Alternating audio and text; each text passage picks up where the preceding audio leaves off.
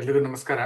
ಈ ವಿಡಿಯೋದಲ್ಲಿ ನಾನು ನಿಮಗೆ ನಾಳೆ 11 ಗಂಟೆಗೆ ಆ, ಒಂದು ವೆಬಿನಾರ್ ಮಾಡ್ತಾ ಇದ್ದೇನೆ. ವೆಬಿನಾರ್ ಅಲ್ಲಿ ಒಂದು ಬಿಸ್ನೆಸ್ ಅಪಾರ್ಚುನಿಟಿ ಅಥವಾ ಒಂದು ಸೈಡ್ ಇನ್ಕಮ್ ಅಪಾರ್ಚುನಿಟಿ ಬಗ್ಗೆ ಡಿಸ್ಕಸ್ ಮಾಡ್ಲಿಕ್ಕೆ ಹೋಗ್ತಾರೆ. ಅದಕ್ಕಿಂತ ಮೊದಲು ಯಾವುದೇ ಬಿಸ್ನೆಸ್ ಅಪಾರ್ಚುನಿಟಿ ಆಗಲಿ ಅಥವಾ ಸೈಡ್ ಇನ್ಕಮ್ ಅಪಾರ್ಚುನಿಟಿ ಆಗಲಿ ಅಥವಾ ಏನೇ ಇದೆಯಪ್ಪ ಅಂದ್ರೆ ಅದರಿಂದ ಎಫರ್ಟ್ ಇರುತ್ತೆ. ಎಫರ್ಟ್ ಇಲ್ದಂಗೆ ಏನೂ ಮಾಡೋಕ್ಕಾಗಲ್ಲ. ಓಕೆ, ಈಗ ನಾವು ಏನೋ ಬಿಸ್ನೆಸ್ ಮಾಡ್ತೇವೆ ಅಂದ್ರೆ ನಾವು ಏನೋ ಸ್ಟಾರ್ಟ್ ಮಾಡ್ತಾನೆ ಅಂದ್ರೂ ಸಹ ಏನೇನೆಲ್ಲ ಚಾಲೆಂಜಸ್ ಇರುತ್ತೆ ಅನ್ನೋದನ್ನ ಫಸ್ಟ್ ನಾನು ನಿಮಗೆ ಎಕ್ಸ್ಪ್ಲೇನ್ ಮಾಡ್ಲಿಕ್ಕೆ ಹೋಗ್ತೇನೆ.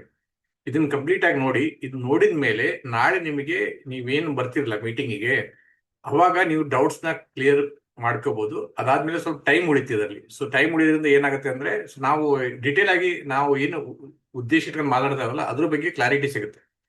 ಆದ್ರಿಂದ ಇದನ್ನ ಕರೆಕ್ಟ್ ಆಗಿ ಅರ್ಥ ಮಾಡ್ಕೊಳ್ಳಿ. ಬಿಸ್ನೆಸ್ ಅಂದ್ರೆ ಏನು, ಬಿಸ್ನೆಸ್ ಯಾಕೆ ಮಾಡ್ತಾರೆ, ಎಲ್ಲಿ ತನಕ ನಾವು ಬಿಸ್ನೆಸ್ ಮಾಡ್ಬೋದು, ಎಲ್ಲಿ ತನಕ ಜಾಬ್ ಮಾಡ್ಬೋದು. ಸೊ ನಾವ್ ಆಕ್ಚುಲಿ ಒಂದು ಕಂಪ್ನಿಯಲ್ಲಿ ಜಾಬ್ ಮಾಡ್ತೇವೆ ಅಂದ್ರೂ ಸಹ ನಮ್ಮ ಟೈಮು ಮತ್ತೆ ನಮ್ಮ ಕರಿಯರ್ನ ಅಲ್ಲಿ ಕೊಟ್ಟಿರ್ತೇವೆ. ಟೈಮು ಮತ್ತು ಕರಿಯರ್ ಕೊಟ್ಟಾಗ ಅದರಿಂದ ನಮಗೆ ರಿವಾರ್ಡ್ ಏನ್ ಸಿಗುತ್ತೆ. ಒಂದು ಟೈಮ್ ಬರುತ್ತೆ, ಒಂದು ಟೈಮ್ ಅಲ್ಲಿ ನಮ್ಮ ಕೈಲಿ ಜಾಬ್ ಮಾಡೋಕ್ಕೂ ಆಗಲ್ಲ, ಬಿಸ್ನೆಸ್ ಮಾಡೋಕ್ಕೂ ಆಗಲ್ಲ. ಆ ಟೈಮ್ ಅಲ್ಲಿ ಕಂಪನಿಗಳು ನಿಮ್ಮನ್ನ ಟರ್ಮಿನೇಟ್ ಮಾಡ್ಬಿಡುತ್ತೆ. ಅಥವಾ ಬೇರೆ ಯಾವ್ದೋ ಕಡೆ ಎ ಎಲ್ಲ ನೀವು ನೋಡಿರ್ಬೋದು. ಎ ಇಂದ ಎಷ್ಟೋ ಸಾಫ್ಟ್ವೇರ್ ಇಂಜಿನಿಯರ್ಗಳು ಜಾಬ್ ಕಳ್ಕೊಂತ ಇದ್ದಾರೆ. ಯಾಕೆ ಕಳ್ಕೊಂತ ಇದಾರಪ್ಪ ಅಂತಂದ್ರೆ ಅವರಿಗೆ ಹೆಚ್ಚಿಗೆ ಸ್ಯಾಲರಿ ಕೊಟ್ಟು ಕೆಲಸ ಮಾಡಿಸೋ ಬದಲಿ ಕಡಿಮೆ ಕೆಲಸದಲ್ಲಿ ಕಡಿಮೆ ಕಾಸ್ಟ್ ಅಲ್ಲಿ ಕೆಲಸ ಆಗ್ತಾ ಇದೆ. ಅದೇ ರೀತಿ ಒಬ್ಬ ವ್ಯಕ್ತಿ ಯಾವುದೇ ಅಥವಾ ಸೇಲ್ಸ್ ಮಾರ್ಕೆಟಿಂಗ್ ಅಲ್ಲಿ ಇರ್ಬೋದು, ಯಾವುದೇ ಜಾಬ್ ಅಲ್ಲಿ ಇರ್ಬೋದು, ನೀವು ಕಂಪನಿಯಲ್ಲಿ ಜಾಯಿನ್ ಆದ್ಮೇಲೆ 35-40 ಏಜ್ ಆದ್ಬಿಟ್ಲೆ ನಿಮ್ಮನ್ನ ಸೈಡ್ ಲೈನ್ ಮಾಡಿಬಿಟ್ಟು ಅವರು ಬೇರೆ ಜನರನ್ನ ಅಲ್ಲಿ ಅಪಾಯಿಂಟ್ ಮಾಡ್ಲಿಕ್ಕೆ ಸ್ಟಾರ್ಟ್ ಮಾಡ್ತಾರೆ ಕಡಿಮೆ ಸ್ಯಾಲರಿಯಲ್ಲಿ. ಓಕೆ, ಈ ರೀತಿ ಎಲ್ಲ ನಡೀತಾ ಇರುತ್ತೆ. ಇಂಥದ್ರಲ್ಲಿ ನಾವು ಲಾಂಗ್ ಟರ್ಮ್ ಅಲ್ಲಿ ಯಾವ ರೀತಿ ಸರ್ವೈವ್ ಆಗ್ಬೋದು, ನಾವು ಯಾವ ರೀತಿ ಸಕ್ಸಸ್ಫುಲ್ ಆಗ್ಬೇಕಪ್ಪ, ಅದಕ್ಕೆ ನಮ್ಮದೇ ಆದ ರೀತಿಯಲ್ಲಿ ನಾವು ಯಾವ ರೀತಿ ಬಿಸ್ನೆಸ್ ಮಾಡಿದ್ರೆ ನಾವು ಸಕ್ಸಸ್ಫುಲ್ ಆಗ್ಬೋದು, ಯಾವ ಬಿಸ್ನೆಸ್ ಬೆಟರ್ ಯಾವ ಬಿಸ್ನೆಸ್ ನಾಟ್ ಬೆಟರ್ ಅನ್ನೋದನ್ನೇ ಎಕ್ಸ್ಪ್ಲೇನ್ ಮಾಡ್ಲಿಕ್ಕೆ ಹೋಗ್ತಾ ಇದೀನಿ. ಸ್ವಲ್ಪ ಟೈಮ್ ತಗೊಳುತ್ತೆ. ಈ ವಿಡಿಯೋ ಕಂಪ್ಲೀಟ್ ಆಗಿ ನೋಡಿ, ಅರ್ಥ ಮಾಡ್ಕೊಳ್ಳಿ. ಯಾಕಪ್ಪ ಅಂತಂದ್ರೆ ಇದು ಒಂದು ಪ್ರೆಸೆಂಟೇಶನ್ ಮುಖಾಂತರ ನಿಮ್ಗೆ ನಾನು ತೋರಿಸ್ಲಿಕ್ಕೆ ಹೋಗ್ತಾ ಇದ್ದೀನಿ. Okay, should I start A new business? ಒಂದು ಹೊಸ ಬಿಸ್ನೆಸ್ ಸ್ಟಾರ್ಟ್ ಮಾಡ್ಬೇಕಪ್ಪ ಅಂತಂದ್ರೆ ನಾವ್ ಏನೇನ್ ಮಾಡ್ಬೇಕಾಗತ್ತೆ ಅಂತಂದು. ರಿಸ್ಕ್ ಏನಿದೆ, ಇನ್ವೆಸ್ಟ್ಮೆಂಟ್ ಏನಿದೆ, ಸಕ್ಸಸ್ ಪ್ರೊಬೆಬಿಲಿಟಿ ಏನಿದೆ, ಓಕೆ, ಅದನ್ನೆಲ್ಲ ನಾವು ಸ್ವಲ್ಪ ಅನಾಲಿಸಿಸ್ ಮಾಡ್ಬೇಕು. ಅದಾದ್ಮೇಲೆ ನಾವು ಬಿಸ್ನೆಸ್ ಹೋಗೋದು. ಡೈರೆಕ್ಟ್ಲಿ ಹೋಗಿ ಯಾವುದೇ ಒಂದು ಶಾಪ್ ಸ್ಟಾರ್ಟ್ ಮಾಡಕ್ ಆಗಲ್ಲ. ಆ ಅದಕ್ಕೆ ತನ್ನದೇ ಆದ ಕಾಂಪಿಟೇಷನ್ ಕಾನ್ಸೆಪ್ಟ್ ಎಲ್ಲ ಇರಬೇಕು. ಕಾಂಪಿಟೇಷನ್ ಸ್ಟಡಿ ಇರ್ಬೇಕು ನಮ್ಮ ಹತ್ರ. Okay, why I should start A business? ನಾನು ಬಿಸ್ನೆಸ್ ಯಾಕೆ ಸ್ಟಾರ್ಟ್ ಮಾಡ್ತಾನಪ್ಪ ಅಂತಂದ್ರೆ ನನಗೆ ಒಂದು ಇನ್ಕಮ್ ಬೇಕಾಗುತ್ತೆ, ಸ್ಟೆಬಿಲಿಟಿ ಬೇಕಾಗುತ್ತೆ ಲೈಫ್ ಅಲ್ಲಿ, ಮತ್ತೆ ಫ್ರೀಡಮ್ ಇರಬೇಕಾಗುತ್ತೆ, ಫೈನಾನ್ಷಿಯಲ್ ಫ್ರೀಡಮ್ ಇರಬೇಕಾಗುತ್ತೆ. ಮತ್ತೆ ಯಾವ ಬಾಸ್ ಇಲ್ದಂಗೆ ನಾನೇ ಸ್ವಂತ ನನ್ನ ಆ ಕಾಲಲ್ಲಿ ನಿಂತ್ಕೊಂಡ್ಬಿಟ್ಟು ಯಾರು ಸಪೋರ್ಟ್ ಇಲ್ದಾಗ ನಾನು ನನ್ನ ಬಿಸ್ನೆಸ್ ನಾನು ರನ್ ಮಾಡ್ಬೋದು. ನನ್ನ ಟೈಮ್ ಬೇಕಾದಾಗ ನಾನು ಆಫೀಸ್ಗೆ ಹೋಗ್ಬೋದು, ಬರ್ಬೋದು, ಹಿಂಗೆಲ್ಲ ಫ್ರೀಡಮ್ ಇರುತ್ತೆ. ಓಕೆ, ಹೆಚ್ಚಿಗೆ ದುಡ್ಡು ಮಾಡ್ಬೋದು, ಹೆಚ್ಚಿಗೆ ಮಾರ್ಜಿನ್ ದುಡಿಬಹುದು ಅಂತ ನಾವು ಬಿಸ್ನೆಸ್ ಬರ್ತೇವೆ. Okay, building a personal legacy behind salaried career. Salaried job ಮಾಡೋದಕ್ಕಿಂತ ಒಂದು ನಮ್ದೇ ಆದ ಕರಿಯರ್ ಬಿಸ್ನೆಸ್ ಅಲ್ಲಿ ಸ್ಟಾರ್ಟ್ ಮಾಡ್ಬೋದು ಅಂತ ನಾವು ಬಿಸ್ನೆಸ್ ಬರ್ತೇವೆ. ಬಟ್ ಅದ್ರ ಜೊತೆಗೆ ನಮಗೆ ಎಕ್ಸ್ಪೀರಿಯನ್ಸ್ ಇರ್ತೀವಿ, ಜಾಬ್ ಮಾಡಿರ್ತೀವಿ, ಆ ಎಕ್ಸ್ಪೀರಿಯನ್ಸು, ಆ ಡೊಮೇನ್ ಎಕ್ಸ್ಪರ್ಟೀಸು, ಆಮೇಲೆ ನಮ್ಮ ನೆಟ್ವರ್ಕ್ ಹೆಂಗಿದೆ, ನಮ್ಮ ಲೀಡರ್ಶಿಪ್ ಕೆಪಬಿಲಿಟಿ ಹೆಂಗಿದೆ, ನಮ್ಮ ಕಮ್ಯುನಿಕೇಶನ್ ಸ್ಕಿಲ್ ಹೆಂಗಿದೆ, ಇದೆಲ್ಲ ನೋಡ್ಬಿಟ್ಟು ನಾವು ಬಿಸ್ನೆಸ್ ಬರ್ಬೇಕಾಗತ್ತೆ. ಓಕೆ, ಅದಾದ್ಮೇಲೆ ಅದರಿಂದ ನಮಗೆ 3-4 ವರ್ಷ ಬಿಸ್ನೆಸ್ ಮಾಡಿದ್ರೆ ನಮ್ಗೆ ಔಟ್ಕಮ್ ಏನ್ ಬರುತ್ತೆ. ನಾವು ಇನ್ವೆಸ್ಟ್ ಮಾಡ್ತೇವೆ, ಒಂದು 10 ಲಕ್ಷ ರೂಪಾಯಿ ಇನ್ವೆಸ್ಟ್ ಮಾಡಿ ಯಾವುದೋ ಒಂದು ಬಿಸ್ನೆಸ್ ಮಾಡ್ತೀವಿ. ಆ ಬಿಸ್ನೆಸ್ ಸ್ಟಾರ್ಟ್ ಮಾಡಿದ್ಮೇಲೆ 10 ಲಕ್ಷ ರೂಪಾಯಿ ನನಗೆ ರಿಟರ್ನ್ ಆನ್ ಇನ್ವೆಸ್ಟ್ಮೆಂಟ್ ಅಂದ್ರೆ ಅದಕ್ಕೆ ರಿಟರ್ನ್ ಎಷ್ಟು ಸಿಗ್ತಾ ಇದೆ, ನನ್ನ ಎಫರ್ಟ್ ಎಷ್ಟಿದೆ, ನಾನು ಎಷ್ಟು ಖರ್ಚು ಮಾಡ್ತಾ ಇದ್ದೀನಿ, ನನಗೆ ಎಷ್ಟು ಪ್ರಾಫಿಟ್ ಆಗ್ತದೆ, ಅದನ್ನೆಲ್ಲ ನೋಡ್ಬೇಕಾಗತ್ತೆ. ಆಮೇಲೆ ನಾನು 10 ಲಕ್ಷ ರೂಪಾಯಿ ಇನ್ವೆಸ್ಟ್ ಮಾಡಿ ಅಥವಾ 5 ಲಕ್ಷ ಇನ್ವೆಸ್ಟ್ ಮಾಡಿ ಏನೋ ಒಂದು ಬಿಸ್ನೆಸ್ ಸ್ಟಾರ್ಟ್ ಮಾಡಿದ್ರೆ ಸಹ ನನ್ನ ಕ್ಯಾಪಿಟಲ್ ಲಾಸ್ ಎಷ್ಟಾಗೋ ಚಾನ್ಸ್ ಇದೆ, ಮಾರ್ಕೆಟ್ ಕಾಂಪಿಟೇಷನ್ ಹೆಂಗಿದೆ, ಆಮೇಲೆ ಏಜ್ ರಿಲೇಟೆಡ್ ಎಂಪ್ಲಾಯಬಿಲಿಟಿ ರಿಸ್ಕ್. ನಾವ್ ಯಾರನ್ನ ಅಪಾಯಿಂಟ್ ಮಾಡಿದ್ರೆ ಈಗ ಗವರ್ಮೆಂಟ್ ಕಡೆಯಿಂದ ಹೊಸ ರೂಲ್ ಬಂದಿದೆ. ಈಗ ಯಾರನ್ನ ನೀವು ಅಪಾಯಿಂಟ್ ಮಾಡ್ತಾನೆ ಅಂದ್ರೆ ಬೇರೆ ಮಿನಿಮಮ್ ಇಷ್ಟು ಸ್ಯಾಲರಿ ಕೊಡಬೇಕು ಅಂತ ಒಂದು ರೂಲ್ ಇದೆ. ಓಕೆ, ಆ ಬಿಸ್ನೆಸ್ ಯಾವುದೇ ಬಿಸ್ನೆಸ್ ಮಾಡಿದ್ರು ನಾವು ಇಷ್ಟು ಫಿಕ್ಸ್ ಸ್ಯಾಲರಿ ಕೊಟ್ಟು ನಾವು ಬಿಸ್ನೆಸ್ ಅಲ್ಲಿ ನಮ್ ಪ್ರಾಫಿಟ್ ಮಾರ್ಜಿನ್ ಇಟ್ಕೊಂಡು ನಾವು ಸರ್ವೈವ್ ಆಗ್ಬೇಕಪ್ಪ ಅಂತಂದ್ರೆ ಬಿಸ್ನೆಸ್ ಅಲ್ಲಿ ತುಂಬಾ ಕಷ್ಟ. ಓಕೆ, ಯಾರು ಬಿಸ್ನೆಸ್ ಮಾಡಿದಾರಲ್ಲ ಅವ್ರಿಗೆ ಗೊತ್ತು ಅವ್ರ ಕಷ್ಟ ಏನು ಅಂತ. ಎಲ್ರಿಗೂ ಗೊತ್ತಾಗಲ್ಲ ಅದು. ಓಕೆ, ಸ್ಯಾಲ್ರಿ ಏನೋ ನೀವು ಕೇಳ್ತೀರಾ, ಸ್ಯಾಲ್ರಿ ಕೊಟ್ಬಿಡ್ಬೋದು. ಈ ಇನ್ಕಮ್ಮೇ ಇಲ್ಲ ಅಂದ್ರೆ ಕಂಪ್ನಿಗೆ ಅವ್ರು ನಿಮಗೆ ಸ್ಯಾಲ್ರಿ ಎಲ್ಲಿಂದ ಕೊಡ್ತಾರೆ? ಓಕೆ, ಆ ಇನ್ಕಮ್ ಬರೋ ತರ ಕಾನ್ಸೆಪ್ಟ್ ಇರಬೇಕಲ್ಲ ನಿಮ್ಮ ಹತ್ರ. ಆ ಕಾನ್ಸೆಪ್ಟ್ ಇಟ್ಕೊಂಡು ನೀವು ಬಿಸ್ನೆಸ್ ಸ್ಟಾರ್ಟ್ ಮಾಡ್ಬೇಕಾಗತ್ತೆ. Okay, why should I start business? ಒಂದು ಫೈನಾನ್ಷಿಯಲ್ ಫ್ರೀಡಮ್ ಬೇಕಾಗತ್ತೆ, ಮತ್ತೆ ಸ್ಯಾಲ್ರಿಯಿಂದ ಒಂದು ಹೊರಗಡೆ ಬಂದ್ಬಿಟ್ಟು ನಾವು ಒಂದು ತಮ್ಮದೇ ಆದ ಒಂದು ಸ್ವಂತ ಇದು ಮಾಡ್ಬೇಕು ಅಂತ ನಾವು ಬಿಸ್ನೆಸ್ ಬರ್ತೇವೆ. ಸ್ವಲ್ಪ ಜಾಸ್ತಿ ದುಡ್ಡು ಮಾಡ್ಬೋದು ಅಂತ ಆಸೆಯಿಂದನೂ ಬರ್ತೇವೆ. ಇಂಡಿಪೆಂಡೆನ್ಸ್ ಇರುತ್ತೆ, ಯಾರ ಮೇಲೆ ಡಿಪೆಂಡೆನ್ಸ್ ಇರಲ್ಲ, ಯಾರು ನಿಮ್ಗೆ ಟಾರ್ಚರ್ ಕೊಡೋರಲ್ಲ. ಹಿಂಗಾಗಿ ನಾವು ಬಿಸ್ನೆಸ್ ಬರ್ತೇವೆ. So build building assets, real equity value. ಒಂದು ಕಂಪನಿದು ಒಂದು ಫೇಮ್ ಮಾಡಿಬಿಟ್ಟು ಅದ್ರ ಒಂದು ಬ್ರ್ಯಾಂಡ್ ವ್ಯಾಲ್ಯೂ ಜಾಸ್ತಿ ಮಾಡಿ ಜನರಿಗೆ ಎಷ್ಟು ನಾವು ಫೇಮಸ್ ಆಗ್ತೇವೆ, ನಮ್ಮ ಬಿಸ್ನೆಸ್ ಯಾವ ರೀತಿ ಎಕ್ಸ್ಪ್ಲೋರ್ ಆಗುತ್ತೆ ಅನ್ನೋದನ್ನ ತೋರಿಸ್ಕೊಡ್ಲಿಕ್ಕೆ ನಾವು ಬಿಸ್ನೆಸ್ ಅಲ್ಲಿ ಬಂದಿರ್ತೇವೆ. ಅದರಿಂದ ನಮಗೆ ಎರಡು ಬೆನಿಫಿಟ್: ಒಂದು, ನಿಮ್ದು ಮಾರ್ಕೆಟ್ ವ್ಯಾಲ್ಯೂ ಜಾಸ್ತಿ ಆಗುತ್ತೆ, ಪ್ಲಸ್ ನಿಮಗೆ ಇನ್ಕಮ್ ಸಹ ಜಾಸ್ತಿ ಆಗುತ್ತೆ. ಒಂದು ಸೆಲ್ಫ್ ಸ್ಯಾಟಿಸ್ಫ್ಯಾಕ್ಷನ್ ಇದೆ. ಒಂದು ಲಿಗೇಸಿ ರೆಡಿ ಮಾಡ್ತೀರಾ ಬಿಸ್ನೆಸ್ ಅಲ್ಲಿ. ನೀವು ನೆಕ್ಸ್ಟ್ ಜನರೇಷನ್ಗೆ ಇನ್ಕಮ್ ಬರೋ ಥರ ಏನೋ ಒಂದು ಪ್ಲಾನ್ ಮಾಡ್ತೀರಾ. ನಾಳೆ ನಿಮ್ಮ ಮಕ್ಕಳು ಜಾಬ್ ಮಾಡ್ತಾರೋ ಬಿಡ್ತಾರೋ ಗೊತ್ತಿಲ್ಲ, ಅವ್ರು ಸಕ್ಸಸ್ಫುಲ್ ಆಗ್ತಾರೋ ಇಲ್ಲೋ ಗೊತ್ತಿಲ್ಲ.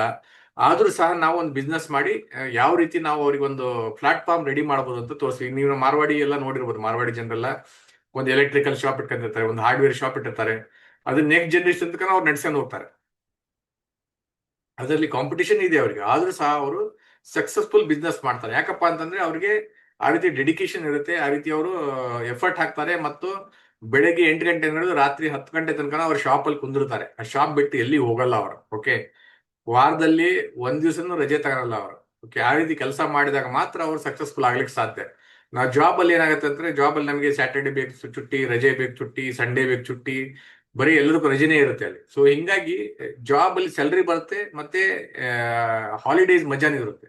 ಬಟ್ ಬಿಸ್ನೆಸ್ ಅಲ್ಲಿ ಹಂಗಾಗಲ್ಲ. ಬಿಸ್ನೆಸ್ ಅಲ್ಲಿ ನೀವು ರಜೆ ತಗೊಳ್ದೇನೆ ಕೆಲಸ ಮಾಡೋ ಪರಿಸ್ಥಿತಿ ಬರ್ತಾವ. ಓಕೆ, ಸೊ ಅದಕ್ಕೆಲ್ಲ ನಾವು ರೆಡಿ ಇರ್ಬೇಕಾಗತ್ತೆ. ಓಕೆ, ಸೊ ಅದಾದ್ಮೇಲೆ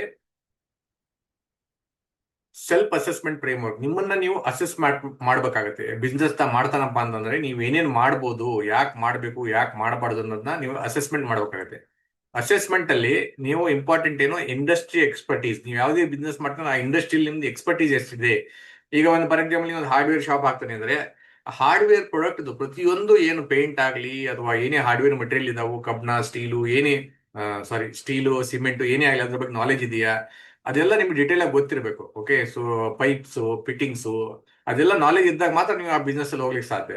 ಆಮೇಲೆ ಎಷ್ಟು ಮಾರ್ಜಿನ್ ನೀವು ಎಲ್ಲಿ ಪರ್ಚೇಸ್ ಮಾಡ್ಬೋದು, ಎಲ್ಲಿಂದ ಪರ್ಚೇಸ್ ಮಾಡ್ಬೋದು, ಯಾರು ಸಪ್ಲೈಯರು, ಯಾರು ಇದು ಪ್ರತಿಯೊಂದು. ಆಮೇಲೆ ಬೈಯರ್ ಯಾರು, ಅವ್ರಿಗೆ ಕ್ರೆಡಿಟ್ ಎಷ್ಟು ಕೊಡ್ಬೋದು, ರಿಸ್ಕ್ ಟಾಲರೆನ್ಸ್ ಎಷ್ಟಿದೆ ನಿಮಗೆ.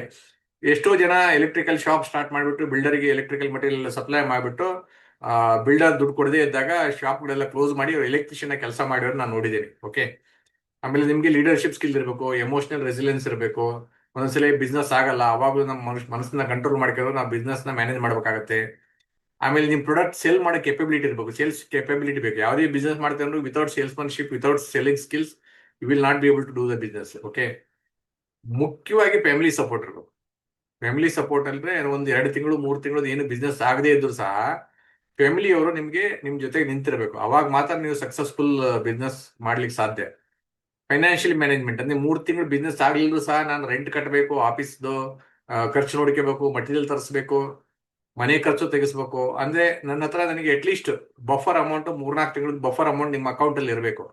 ಆಮೇಲೆ ನಿಮ್ ಹೆಲ್ತ್ ಚೆನ್ನಾಗಿರ್ಬೇಕು, ನಿಮ್ ಎನರ್ಜಿ ಲೆವೆಲ್ ಚೆನ್ನಾಗಿರ್ಬೇಕು. ಇದೆಲ್ಲ ಇದ್ದಾಗ ಮಾತ್ರ ನೀವು ಒಂದು ಬಿಸ್ನೆಸ್ ಸ್ಟಾರ್ಟ್ ಮಾಡ್ಲಿಕ್ಕೆ ಇವು ಮೇನ್ ಕ್ವಾಲಿಫಿಕೇಶನ್. ಇದಾದ್ಮೇಲೆ ಬಿಸ್ನೆಸ್. ಓಕೆ, ಆಮೇಲೆ ಬಿಸ್ನೆಸ್ ಕಾನ್ಸೆಪ್ಟ್ ಚೆನ್ನಾಗಿರ್ಬೇಕು. ಏನೇ ಒಂದು ಬಿಸ್ನೆಸ್ ನಾನು ಮಾಡ್ತೇನೆ ಅಂದ್ರೆ ನಿಮ್ದೇ ಆದ ಒಂದು ಕಾನ್ಸೆಪ್ಟ್ ಇರಬೇಕು. ನಾನು ಬಿಸ್ನೆಸ್ ಸ್ಟಾರ್ಟ್ ಮಾಡಿದಾಗ ನಾನು ವಾಟರ್ ಪ್ಯೂರಿಫೈರ್ ಡಿಸ್ಟ್ರಿಬ್ಯೂಷನ್ ಶಿಪ್ ತಗೊಂಡ್ಬಿಟ್ಟು ಮಾಡ್ಬೇಕಂತ ಹೋದ್ಮೇಲೆ ನಾನು ಡಿಸ್ಟ್ರಿಬ್ಯೂಷನ್ ಇಂದ ಹೊರಗಡೆ ಬಂದು ನಂದೇ ಆದ ಒಂದು ಹೊಸ ಬ್ರ್ಯಾಂಡ್ ಸ್ಟಾರ್ಟ್ ಮಾಡಿ ನಾನು ಏನೇನೋ ಮಾಡಿದೆ. ಸೊ ಒಂದು ಲೆವೆಲ್ ತನಕ, ಟಾಪ್ ಲೆವೆಲ್ ತನಕ ಹೋದೆ. ಸೊ ಬಟ್ ಯಾವಾಗ ಇದು ಕೊರೋನಾ ಅನ್ನೋದು ಬಂತಲ್ಲ, ಸೊ ಆ ಟೈಮಲ್ಲಿ ಎಂಪ್ಲಾಯೀಸೇ ನಿನ್ನ ಹತ್ರ ಇಲ್ಲ ಇಲ್ಲ ಅಂದಮೇಲೆ ನೀವು ಬಿಸ್ನೆಸ್ ಹೆಂಗ್ ಮಾಡ್ತೀರಾ? ನಿಮ್ ಕಸ್ಟಮರ್ಗೆ ಸರ್ವಿಸ್ ಎಲ್ಲ ಯಾರು ಕೊಡ್ತಾರೆ?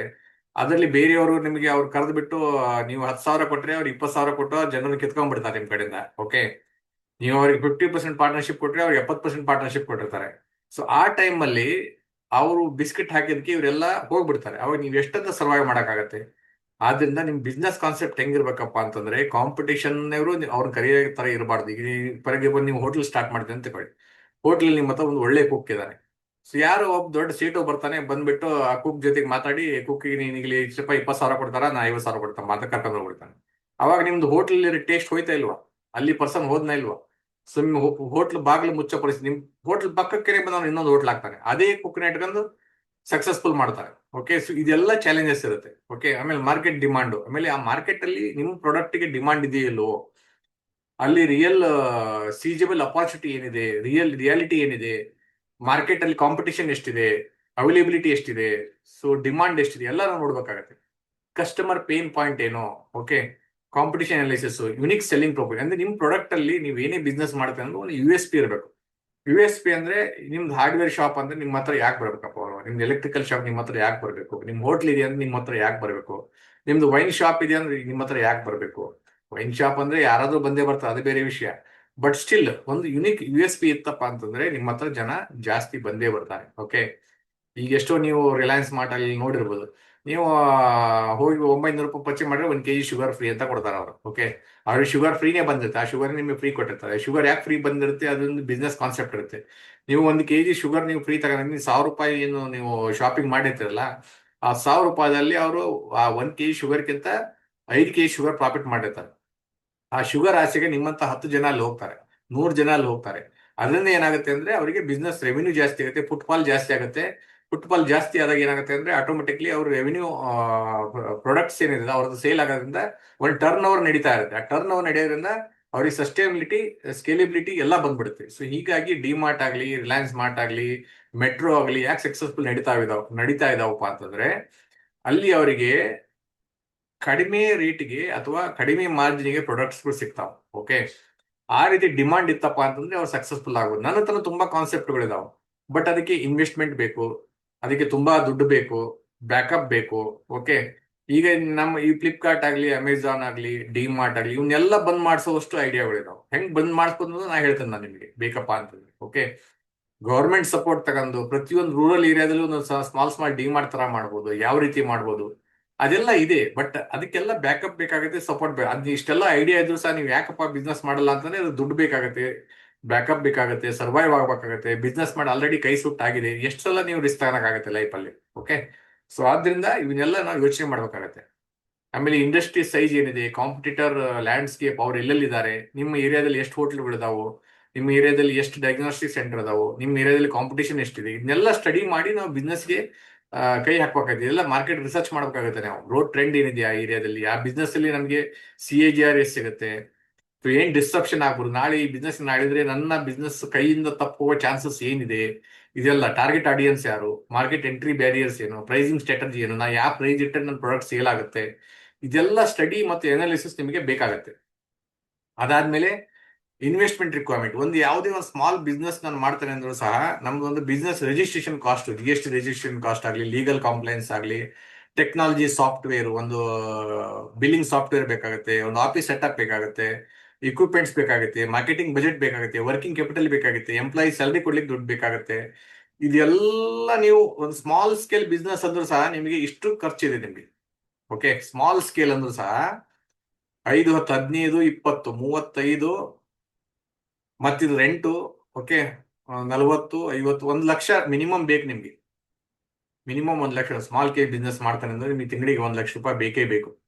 ಸೆಕೆಂಡಿಗೆ ಕಡಿಮೆ ಅಂದ್ರೆ 5, 6 ಲಕ್ಷ. ಅದಾದ್ಮೇಲೆ ಕೋಟಿ ಗಂಟಲೆ ದುಡ್ಡು ಬೇಕಾಗುತ್ತೆ ಬಿಸ್ನೆಸ್ ಮಾಡ್ತಾರೆ. ಹೈ ಸ್ಕೇಲ್ ಬಿಸ್ನೆಸ್ ಮಾಡ್ತಾನಪ್ಪ ಅಂತಂದ್ರೆ ಮಾರ್ಜಿನ್ 10ರಿಂದ 15% ಜಾಸ್ತಿ ಮಾರ್ಜಿನ್ ಬಿಸ್ನೆಸ್ ಯಾವುದೂ ಇಲ್ಲ.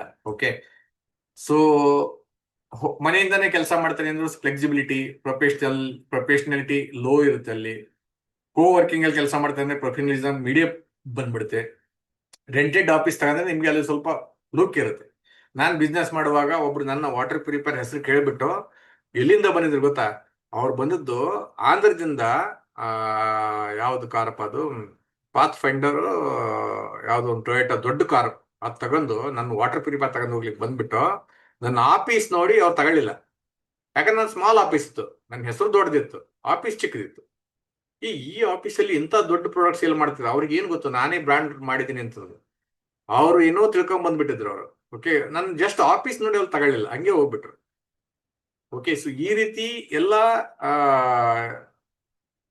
ಸೆಟಪ್ ಇರುತ್ತೆ. ಯಾಕಪ್ಪ ಅಂತಂದ್ರೆ ನಿಮ್ಮ ಹತ್ರ ಎಷ್ಟೇ ಐಡಿಯಾ ಅಲ್ಲಿ, ಎಷ್ಟೇ ನಿಮ್ಮ ಆಫೀಸ್ ಇಲ್ಲ, ನಿಮ್ ಲುಕ್ಅಪ್ ಇಲ್ಲ, ಶೋ ಅಪ್ ಇಲ್ಲ ಅಂದ್ರೆ ಬಿಸ್ನೆಸ್ ಮಾಡೋದು ಕಷ್ಟ ಆಗುತ್ತೆ. ಓಕೆ, ಸೊ ಇದನ್ನೆಲ್ಲ ನಾನು ಅನುಭವಿಸಿ ನನ್ನ ಎಕ್ಸ್ಪೀರಿಯನ್ಸ್ ಪ್ರಕಾರ ನಾನು ನಿಮಗೆ ಹೇಳ್ತಾ ಇದ್ದೇನೆ. ಓಕೆ, ಅದಾದ್ಮೇಲೆ ಕಂಟಿಂಜೆನ್ಸಿ ಫಂಡ್ ಪ್ಲಾನಿಂಗ್. ಅಂದ್ರೆ ಈ ಕಂಟಿಂಜೆನ್ಸಿ ಫಂಡ್ ಏನಪ್ಪಾ ಅಂದ್ರೆ, ನನ್ನ 6-7 ತಿಂಗಳ ಬಿಸ್ನೆಸ್ ನಡಿಲ್ಲ ಅಂದ್ರೆ, 1 ವರ್ಷ ಬಿಸ್ನೆಸ್ ನಡಿಲ್ಲ ಅಂದ್ರು ನಮ್ಮ ಮಕ್ಕಳು ಫೀಸ್ ಕಟ್ಟಕ್ಕಾಗತ್ತಾ, ಮನೆಗೆ ರೆಂಟ್ ತುಂಬಕ್ಕಾಗತ್ತಾ, ಮನೆಗೆ ರೇಷನ್ ತರಕ್ಕಾಗತ್ತಾ, ಇದನ್ನೆಲ್ಲ ಯೋಚನೆ ಮಾಡ್ಬೇಕಾಗತ್ತೆ. Most business takes 18 to 36 month to reach profitability. 18ರಿಂದ ಅಂದ್ರೆ 1.5 ವರ್ಷದಿಂದ 2 ವರ್ಷ ಬೇಕು ಮಿನಿಮಮ್ ಬ್ರೇಕ್ ಇವನ್ ಮಾಡ್ಲಿಕ್ಕೆ. With reserve you make panic decisions under pressure. So ನಿಮ್ಮ ಹತ್ರ ಏನು ಇಲ್ಲಪ್ಪ ಅನ್ನೋ ಒಂದ್ಸಲಿ ಪ್ಯಾನಿಕ್ ಡಿಸಿಷನ್ ತಗೋಬೇಕಾಗುತ್ತೆ. ಒಂದೊಂದ್ಸಲಿ ನಿಮ್ಮ ಹತ್ರ ಮಟೀರಿಯಲ್ ಇರುತ್ತೆ, ನಿಮ್ಗೆ ದುಡ್ಡು ಬೇಕಾಗುತ್ತೆ, ಆ ಮಟೀರಿಯಲ್ನ ಕಡಿಮೆ ರೇಟಿಗೆ ಸೆಲ್ ಮಾಡಿ ಅಟ್ಲೀಸ್ಟ್ ಲಿಕ್ವಿಡಿಟಿ ಮಾಡೋಣ ಅಂತ ಹೋಗ್ಬಿಡ್ತಾವೆ ನಾವು. ಸೊ ಹಿಂಗಾಗಿ ಯಾರು ಒಂದು ಪ್ರಾಡಕ್ಟ್ ನೀವು 10,000 ರೂಪಾಯಿ ಸೇಲ್ ಮಾಡ್ತೀವಿ ಅಂದ್ರೆ ಯಾರು ಕೇಳ್ತಾರೆ 8,000 ರೂಪಾಯಿ ಕೊಡಪ್ಪ ಅಂದ್ರೆ ಅಟ್ಲೀಸ್ಟ್ 8,000 ಬರ್ತಾ ಇದೆಲ್ಲ ಕೊಟ್ಬಿಡೋಣ ಅಂತ ಕೊಟ್ಬಿಡ್ತೀವಿ ನಾವು. ಯಾಕಪ್ಪ ಅಂತ ನಮ್ಮ ಹತ್ರ ಬ್ಯಾಕಪ್ ಇರಲ್ಲ, ನಮಗೆ ಫ್ಯಾಮಿಲಿಗೆ ದುಡ್ಡು ಬೇಕಾಗುತ್ತೆ, ನಮ್ಮ ಮಕ್ಕಳು ಫೀಸ್ ಕಟ್ಬೇಕಾಗತ್ತೆ. ಇಷ್ಟೆಲ್ಲ ಚಾಲೆಂಜಸ್ ಒಂದು ಬಿಸ್ನೆಸ್ ಅಲ್ಲಿ ಇರುತ್ತೆ. Okay, so you have to have minimum personal expenses of 2 to 3 years. So ಹಂಗಿದ್ದಾಗ ಮಾತ್ರ ನೀವು ಬಿಸ್ನೆಸ್ ಬಂದ್ರೆ ನಿಮಗೆ ಒಂದು successful cash flow 3 to 6 months 6 month cash flow ಇರಬೇಕು, ಎಮರ್ಜೆನ್ಸಿ ಕಂಟಿಜೆನ್ಸಿ ಫಂಡ್ ಇರಬೇಕು, ಎಮರ್ಜೆನ್ಸಿ ಫಂಡ್ ಇರಬೇಕು. ಅದೇ ಟೈಮಲ್ಲಿ ನಿಮ್ದು ಏನಾದರೂ ಮೆಡಿಕಲ್ ಎಮರ್ಜೆನ್ಸಿ ಬಂತಪ್ಪ ಅಂದ್ರೆ ಮತ್ತೆ ಸರ್ವೈವ್ ಆಗೋದು ಕಷ್ಟ ಆಗುತ್ತೆ. ಓಕೆ, ಸೊ ಇದು ತುಂಬಾ ಇಂಪಾರ್ಟೆಂಟ್. ಅದಾದ್ಮೇಲೆ ಮಾರ್ಕೆಟಿಂಗ್ ಮಾಡ್ಬೇಕು, ನಿಮ್ ಬಿಸ್ನೆಸ್ ಎಲ್ಲರಿಗೂ ಗೊತ್ತಾಗಬೇಕಲ್ಲ.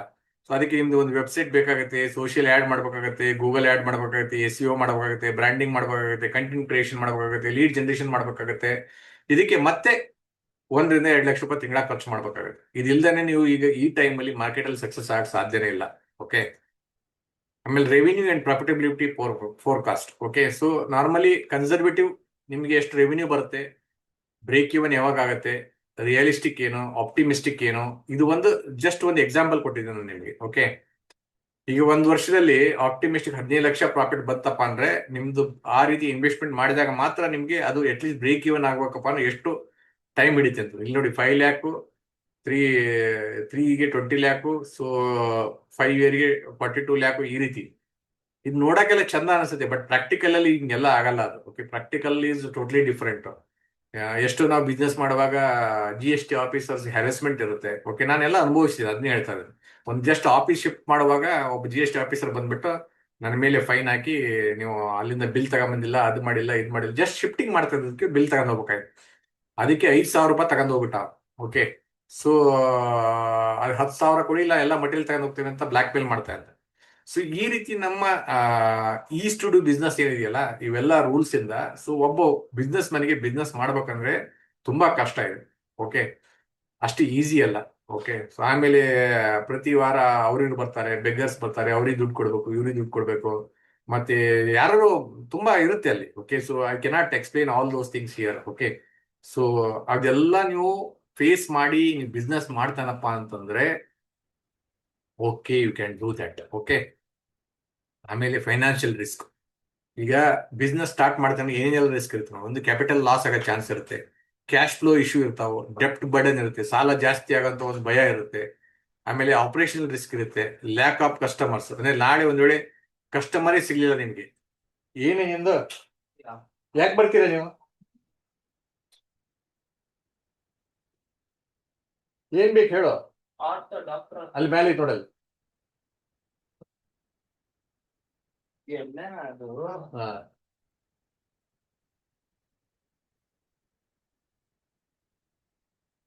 ಆಪರೇಷನಲ್ ರಿಸ್ಕ್ ಅಂದ್ರೆ ಲ್ಯಾಕ್ ಆಫ್ ಕಸ್ಟಮರ್ಸ್, ಕಸ್ಟಮರೇ ಇಲ್ಲ ನಿಮ್ಮ ಹತ್ರ, ಕಾಂಪಿಟಿಷನ್ ತುಂಬಾ ಜಾಸ್ತಿ ಇದೆ, ಹೈರಿಂಗ್ ಚಾಲೆಂಜಸ್, ಎಂಪ್ಲಾಯ್ಮೆಂಟ್ ನಿಮ್ಮ ಹತ್ರ ಜನರೇ ಸಿಗ್ತಾ ಇಲ್ಲ ಜಾಬ್ ಮಾಡ್ಲಿಕ್ಕೆ. ಓಕೆ, ನಿಮ್ಮ ಆಫೀಸ್ಗೆ ನೀವು ಒಬ್ಬರೇ ಅಂತ ಎಲ್ಲ ಮಾಡಕ್ಕಾಗಲ್ಲ. ನಾನ್ ಮಾಡುವಾಗ ನಾನೇ ಮಾರ್ಕೆಟಿಂಗ್ ಮ್ಯಾನೇಜರು, ನಾನೇ HR ಮ್ಯಾನೇಜರು, ಓಕೆ, ನಾನೇ ಮಾರ್ಕೆಟಿಂಗು, ನಾನೇ ಅಡ್ವರ್ಟೈಸಿಂಗು, ಓಕೆ, ನಾನೇ ಅಕೌಂಟ್ಸ್ ಆಫೀಸರು, ನಾನೇ ಪ್ರೊಡಕ್ಷನ್ ಮ್ಯಾನೇಜರು, ಎಲ್ಲ ನಾನೇ. ಸೊ ಅದು ಹೆಂಗಾಗತ್ತೆ ಹೇಳಿ, ಯಾಕೆ ನಾವೇ ಆಗ್ಬೇಕಾಗತ್ತೆ, ನಮ್ಮ ಹತ್ರ ಅಷ್ಟು ದುಡ್ಡಿರಲ್ಲ ಹೈರ್ ಮಾಡ್ಲಿಕ್ಕೆ, ಅವ್ರಿಗೆ ಸ್ಯಾಲ್ರಿ ಕೊಡ್ಲಿಕ್ಕೆ ನಮ್ಮ ಹತ್ರ ಅಷ್ಟು ದುಡ್ಡಿರಲ್ಲ. ನಾವು ಮಲ್ಟಿ ಟಾಸ್ಕಿಂಗ್ ಮಾಡಿಬಿಟ್ಟು ಬಿಸ್ನೆಸ್ ಮಾಡ್ಬೇಕಾಗತ್ತೆ. ಸೊ ಆ ರೀತಿ ದುಡ್ಡಿದ್ದಾಗ ಮಾತ್ರ ನೀವು ಎಲ್ಲ ಜನರನ್ನ ಅಪಾಯಿಂಟ್ ಮಾಡ್ಬೋದು. ಅವರು ಮತ್ತೆ ಕೆಲಸ ಮಾಡ್ತಾರ ಏನ್ ಗ್ಯಾರಂಟಿ ಇರುತ್ತೆ. ಸರ್ ಇವತ್ತು ನಮ್ಮ ಮನೇಲಿ ಅವ್ರ ಆರಾಮಿಲ್ಲ, ನನ್ಗೆ ರಜೆ ಬೇಕು, ನನ್ನ ಹೆಂಡತಿಗೆ ಆರಾಮಿಲ್ಲ ರಜೆ ಬೇಕು, ನಮ್ಮ ಅಪ್ಪನಿಗೆ ಆರಾಮಿಲ್ಲ ರಜೆ ಬೇಕು, ಅವೆಲ್ಲ ಮತ್ತೆ ಡ್ರಾಮಾಗಳು. ಓಕೆ, ಸೊ ಇಷ್ಟೆಲ್ಲ ಚಾಲೆಂಜಸ್ ಬಿಸ್ನೆಸ್ ಮನ್ ಫೇಸ್ ಮಾಡ್ಬೇಕಾಗತ್ತೆ. ಓಕೆ, ಆಮೇಲೆ ನಮ್ಮೂರಲ್ಲಿ ಜಾತ್ರೆ ಇದೆ ಸರ್, ಅಲ್ಲಿಗೆ ಹೋಗ್ಬೇಕು, ಇಲ್ಲೆಲ್ಲ ಇಷ್ಟೆಲ್ಲ ಕಂಪ್ಲೇಂಟ್ಸ್ ಇರ್ತಾವೆ, ಇಷ್ಟೆಲ್ಲ ಪ್ರಾಬ್ಲಮ್ಸ್ ಇರ್ತಾವೆ, ಅದನ್ನೆಲ್ಲ ಅಟೆಂಡ್ ಮಾಡೋದ್ ಬಿಟ್ಟು ಅವರೆಲ್ಲ ಹೋಗ್ಬಿಡ್ತಾರೆ. ಅವಾಗ ನೀವ್ ಏನ್ ಮಾಡ್ತೀರಾ ಒಬ್ಬರೇ ಅಲ್ಲಿ, ನೀವು ಅಟೆಂಡ್ ಮಾಡಿಲ್ಲ ಕ್ಲೈಂಟ್ಸ್ ಅಂದ್ರೆ ಅವ್ರು ಇನ್ನೊಬ್ರ ಹತ್ರ ಹೋಗ್ತಾರೆ, ನಿಮ್ ಕ್ಲೈಂಟ್ಸ್ ಹೋಯ್ತಾ ಇಲ್ವಾ ಅಲ್ಲಿ.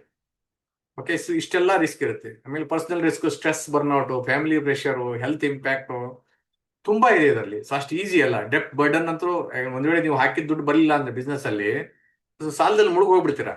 ಓಕೆ, ಎಷ್ಟೋ ಜನ ಕೊರೋನಾ ಟೈಮ್ ಅಲ್ಲಿ ಬಿಫೋರ್ ಇವನ್ನೆಲ್ಲ ಸ್ಟಾರ್ಟ್ ಮಾಡಿದ್ರು, ಪ್ಲೇ ಗ್ರೂಪ್ಸ್ ಕ್ಲಾಸಸ್ ಎಲ್ಲ ಸ್ಟಾರ್ಟ್ ಮಾಡಿದ್ರಲ್ಲ. ಸೊ ಏನಂತಾರೆ ಅದಕ್ಕೆ, LKG UKG ತರ ಕಿಂಡರ್ ಗಾರ್ಡನ್ ತರ. ಸೊ ಅವನ್ನೆಲ್ಲ ಫ್ರಾಂಚೈಸಿ ತಗೊಂಡು ಬಿಸ್ನೆಸ್ ಮಾಡಿದ್ರು. ಅಲ್ಲಿ 1 ವರ್ಷ ಸರ್ವೈವ್ ಆಗ್ಲಿಕ್ಕೆ ಆಗ್ಲಿಲ್ಲ. ಅಲ್ಲಿ ಫ್ರಾಂಚೈಸಿ ಫೀಸ್ ಕಟ್ಟಬೇಕು, ಆಫೀಸ್ ಇದ್ರ ರೆಂಟ್ ಕಟ್ಟಬೇಕು, ಸ್ಯಾಲರಿ ಕೊಡಬೇಕು. ಸೊ ಸ್ಕೂಲ್ಗಳೆಲ್ಲ ಎಷ್ಟೋ ಜನರನ್ನ ಡ್ರೈವರ್ಸ್ಗಳನ್ನೆಲ್ಲ ತೆಗೆದು ಬಿಟ್ಟಿದ್ರು. ಎಷ್ಟೋ ಜನರ ಡ್ರೈವರ್ಸ್ ಕೆಲಸ ಬಿಟ್ಬಿಟ್ಟು ಅವ್ರು ಏನೆಲ್ಲ ಮಾಡಿದ್ರು ನಿಮ್ಗೆಲ್ಲ ಗೊತ್ತಿದೆ ಅದು. ಓಕೆ, ಸೊ ಈ ರೀತಿ ಚಾಲೆಂಜಸ್ ಇರುತ್ತೆ. ಅದಕ್ಕೆಲ್ಲ ನಮ್ಮ ಹತ್ರ ಕಂಟಿಜೆನ್ಸಿ ಫಂಡ್ ಇರಬೇಕು, ನಮ್ಮ ಹತ್ರ ಫಂಡಿಂಗ್ ಬ್ಯಾಕಪ್ ಇರಬೇಕು. ಓಕೆ, ಅದಾದ್ಮೇಲೆ what happens if the business fails. ಇಷ್ಟೆಲ್ಲ ಮಾಡಾದ್ಮೇಲೆ ನಾವು ಬಿಸ್ನೆಸ್ ಮಾಡಿದಾಗ ಫೇಲ್ ಆದ್ರೆ ಏನಾಗುತ್ತೆ? ಒಂದು ಫೈನಾನ್ಷಿಯಲ್ ಲಾಸ್, ಒಂದು ಫ್ಯಾಮಿಲಿ ಇಂಪ್ಯಾಕ್ಟ್, ಕೆರಿಯರ್ ಗ್ಯಾಪ್. ನಿಮ್ 3 ವರ್ಷ ಹೋತು, ನೀವು ಮತ್ತೆ ಜಾಬ್ ಹೋಗ್ತೀರಂದ್ರೆ ಇಲ್ಲಿ ಯಾರು ತಗೊಳಲ್ಲ ನಿಮ್ಮನ್ನ. Okay, return to employment, leverage experience, pitch founder as a plus. Okay, so ನೀವು ಒಂದು ಪಿಚ್ ಮಾಡ್ಬೋದು, ನಾನು ಒಂದು ಬಿಸ್ನೆಸ್ ಸ್ಟಾರ್ಟ್ ಮಾಡಿದ್ರೆ ಹಿಂಗಾತ. ಆದ್ರೆ ಅಲ್ಲಿ ಕೇಳಿದ್ರೆ ಯಾರು ಇರ್ತಾರೆ ಹೇಳಿ? ನೀವು ಯಾಕಪ್ಪ ಬಿಸ್ನೆಸ್ ಬಿಟ್ಟು ನಾಳೆ ನೀನು ಇಲ್ಲಿ ದುಡ್ಡು ಮಾಡ್ಕೊಂಡು ಮತ್ತೆ ಬಿಸ್ನೆಸ್ ಹೋಗ್ತೀನಿ, ನಿಂದು ಏನಪ್ಪ ಗ್ಯಾರಂಟಿ ನಮ್ಮ ಹತ್ರ ಜಾಬ್ ಮಾಡ್ತೀಯಾ? ಇವೆಲ್ಲ ಕ್ವಶನ್ಸ್ ಬರ್ತಾವ. ಓಕೆ, ಆಮೇಲೆ ಕನ್ಸಲ್ಟಿಂಗ್ ಅಂಡ್ ಫ್ರೀಲಾನ್ಸ್ ಮಾಡಿ ನೀವು ಮತ್ತೆ ಏನೇನೋ ಅದನ್ನ ಕವರ್ ಮಾಡ್ಬೇಕಾಗತ್ತೆ. Pivot the business, reframe model before full closure, sell license IP, upskill, relaunch, ಮತ್ತೆ ಅಪ್ಗ್ರೇಡ್ ಮಾಡಿ ಮತ್ತೆ ಅದನ್ನೇ ಬಿಸ್ನೆಸ್ ಸ್ಟಾರ್ಟ್ ಮಾಡಬೇಕಾಗತ್ತೆ. ಸೊ ಬಿಸ್ನೆಸ್ ಸಕ್ಸಸ್ಫುಲ್ ಆಗಿಲ್ಲ ಅಂದ್ರೂ ಇಷ್ಟು ಪ್ರಾಬ್ಲಮ್ ಇದೆ. ಸಕ್ಸಸ್ ಆದ್ರೂ ಪ್ರಾಬ್ಲಮ್ ಇಲ್ಲ, ಸಕ್ಸಸ್ ಆಗಿಲ್ಲ ಅಂದ್ರೆ ಪ್ರಾಬ್ಲಮ್ ಇದೆ. ಸಕ್ಸಸ್ ಆಗ್ಬೇಕಪ್ಪ ಅಂದ್ರೆ ಏನೇನ್ ಮಾಡ್ಬೇಕು? ಒಂದು ಸಕ್ಸಸ್ ಆಗಿಲ್ಲ ಅಂದ್ರೆ ಒಂದು ಏಜ್ ಫ್ಯಾಕ್ಟರ್ ಬಂದ್ಬಿಡುತ್ತೆ. 3 ವರ್ಷ 4 ವರ್ಷ ಗ್ಯಾಪ್ ಬಂದ್ಬಿಡುತ್ತೆ. ನನಗೆ 10 ವರ್ಷ ಗ್ಯಾಪ್ ಬಂತು, I cannot go and do the job. Okay, industry relevance, ನಿಮಗೆ ಇಂಡಸ್ಟ್ರಿ ಎಕ್ಸ್ಪರ್ಟೀಸ್ ಬೇಕಾಗತ್ತೆ. ಲೇಟೆಸ್ಟ್ ಏನ್ ಚೇಂಜಸ್ ಆಗಿದೆ ಸೆಕ್ಟರ್ ಅಲ್ಲಿ, ಆ ಬಿಸ್ನೆಸ್ ಅಲ್ಲಿ, ಆ ಜಾಬ್ ಅಲ್ಲಿ, ಅದ್ ನೀವು ಅಪ್ಗ್ರೇಡೆಡ್ ನಾಲೆಜ್ ಇರ್ಬೇಕಾಗತ್ತೆ. ಓಕೆ, ಸೊ ಅವರು ಹೈರ್ ಮಾಡೋರು ನಿಮ್ನ ಯಾಕಪ್ಪ ಹೈರ್ ಮಾಡ್ತಾರೆ? So when they are getting for lesser salary, less young people, so why they will hire you? ಸೊ ಇಷ್ಟೆಲ್ಲ ನಮಗೆ ಚಾಲೆಂಜಸ್ ಇರುತ್ತೆ. ಒಂದು ಬಿಸ್ನೆಸ್ ನಾವು ಸ್ಟಾರ್ಟ್ ಮಾಡಿ ಕ್ಲೋಸ್ ಮಾಡ್ತೀನಿ ಅಥವಾ ವಾಪಸ್ ಇದು ಮಾಡ್ತೇನೆ ಅಂದ್ರೆ, ಸೊ ನೀವು ಬಿಸ್ನೆಸ್ ಎಲ್ಲ ಮಾಡ್ತೇನೆ ಅಂದ್ರೆ ಇಲ್ಲಿ ತಗೊಳಕ್ಕೆ ಅವರು ತುಂಬಾ ಪ್ರಾಬ್ಲಮ್ ಆಗುತ್ತೆ. ನಿಮ್ಮ ಮಜಬೂರಿ ನೋಡ್ತಾರೆ, ನಿಮ್ಮ ಎಮರ್ಜೆನ್ಸಿ ನೋಡ್ತಾರೆ. ಸೊ ವ್ಯಾಲ್ಯೂಯೇಷನ್ ಎಲ್ಲ ವರ್ಕ್ ಆಗಲ್ಲ ಅಲ್ಲಿ. ಓಕೆ, ಸೊ ಯಾರ ಪಾರ್ಟ್ನರ್ಶಿಪ್ ಮಾಡಿದ್ರೆ ಪಾರ್ಟ್ನರ್ ಅವನೇ ಬೈ ಮಾಡ್ತಾನಂದ್ರೆ ಅವಾಗೂ ಚಾಲೆಂಜಸ್ ಇದೆ.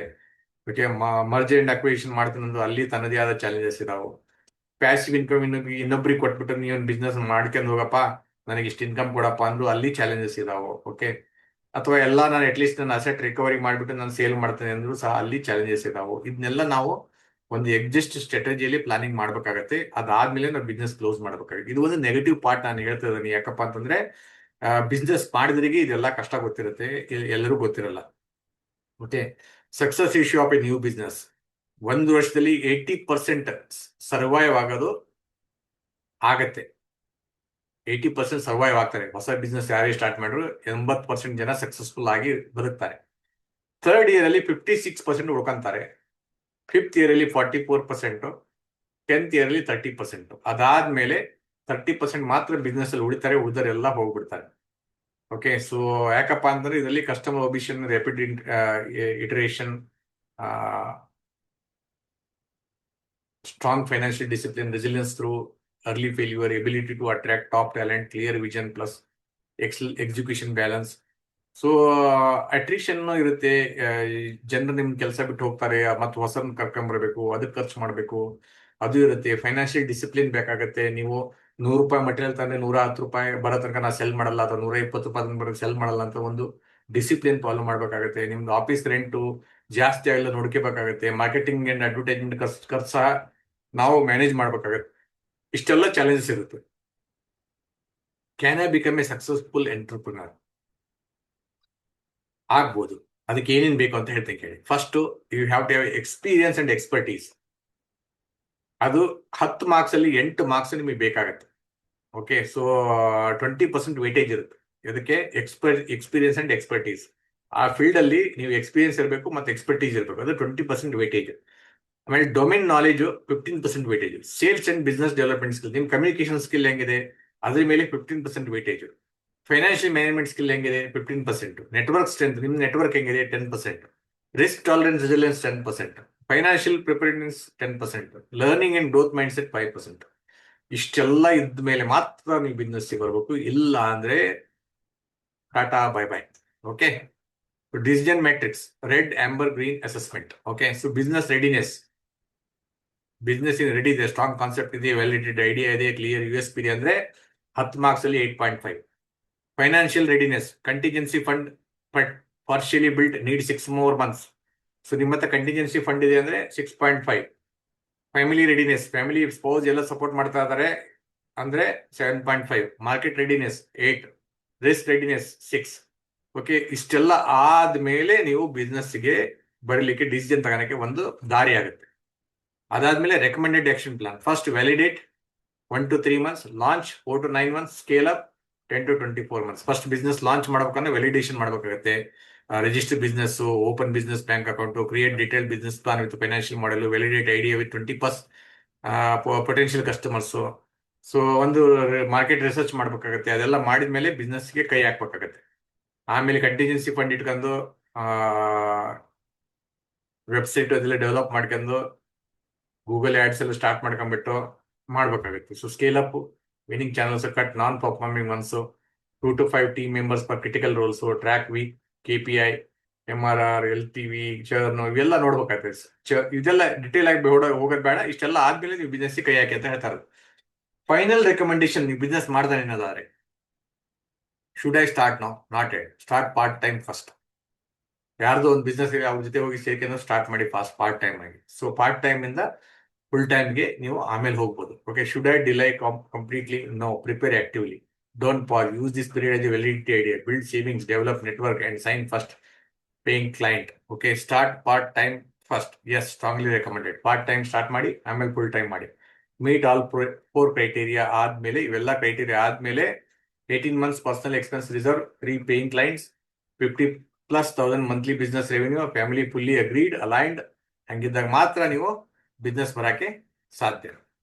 Main key assessment takeaways of this discussion ಏನಪ್ಪಾ ಅಂತಂದ್ರೆ, biggest opportunity, industry knowledge gives real competitive advantage, market timing appears favourable for entry, network can generate first customer quickly. Biggest risk ಏನಪ್ಪ ಅಂದ್ರೆ underfunded launch, number 1 predictor of failure. Age related employment gap risk is real.